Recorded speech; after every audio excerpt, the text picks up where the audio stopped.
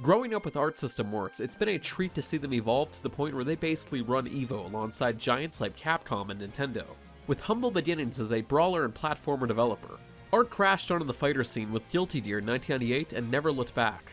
As one of the first fighters I started to truly pour over, I can attest to its impact, and the studio has gone on to create more industry titans like BlazBlue and Undernight in Birth. Now we can add another game to that plucky pantheon, Granblue Fantasy Versus, although it lives a floor below them.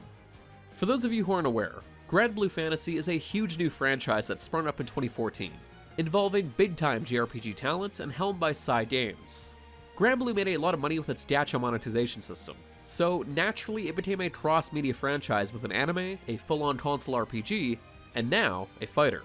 Versus, in collaboration with Art System Works, is the latter arm of that giant marketing wing. The first thing that stood out to me with Granblue Fantasy Versus, right off the bat, it's just a pretty game. It looks pretty, it sounds pretty, it's all encompassing in that way. Characters interact with one another, or gasp when they whiff an attack like they were in an anime. The animations and sound effects are crisp, perhaps best shown through Fairy's quick whip cracks. The anime base and Art System Works' signature style come together wonderfully. To go hand in hand with this welcoming aesthetic, Versus is also one of the easiest fighters to learn that I've come across in some time. The face buttons correspond to 4 attacks: light, medium, heavy, and unique, while R1 serves as your go-to skill/ability trigger. Block/dodge is R2, throw is L1, and L2 enables overhead attacks. That's it. There are barely any required command inputs unless you really want to use them. Mostly just simple directions and fireball motions, quarter circle forward to use supers. Once you start to get proficient, you'll want to use direction commands as they have lowered cooldowns, but even then those commands mostly stick to the basics. Training is also very encouraging. Attacks like projectiles and charges are clearly marked with specific icons, with videos for each ability. This is always available in the pause menu under player command lists. But you can also free train or train with specific missions in mind to really hone in on a character and their combo potential. As of right now, online play seems stable, and we'll update you on the website if that changes. As far as content goes, there's the aforementioned 2 training modules, Versus and Arcade Play, and the very unique sounding RPG mode. The latter is actually a full campaign, as in roughly 10 hours long, with a light story through the lens of a brawler motif. It also serves as a low-key training sequence of its own, at least initially. However, there's 2 problems with the RPG mode. First up, and most importantly, there's little to no context or emotional resonance. Even at the start, you're tasked with dispatching pesky Imperial forces as Gran, with absolutely no setup or sweeping voiceover to explain the world. You can slowly piece everything together as you watch the fully voiced cutscenes, but there's a missed opportunity to onboard folks as well as Art System Works did with the mechanical tutorial framework. Given how emotive the characters are in-game, it feels like a disservice. The other issue lies within the AI. It's dumb.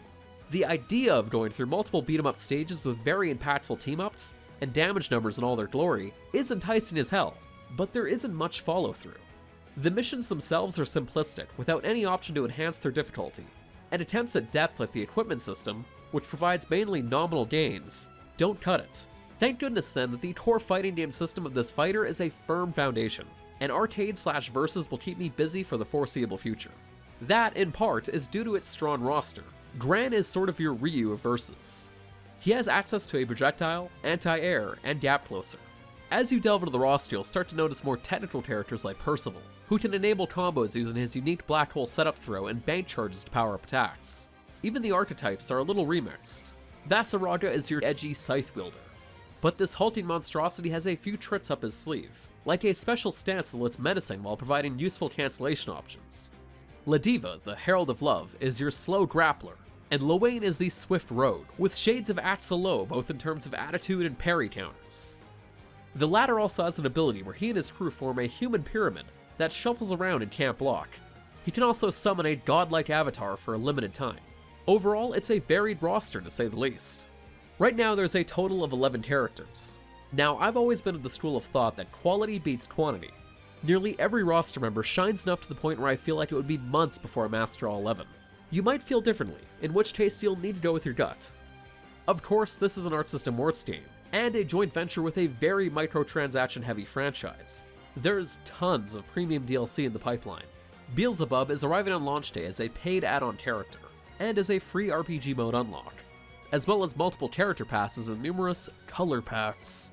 The kind of stuff you earn for free in old fighters, and it's only included in premium editions. When SNK has given away its first season pass for Samurai Showdown for free to early adopters, this stale method of doling out DLC for fighting games is even more of a relic, and thus more of a case to wait for the Complete Edition.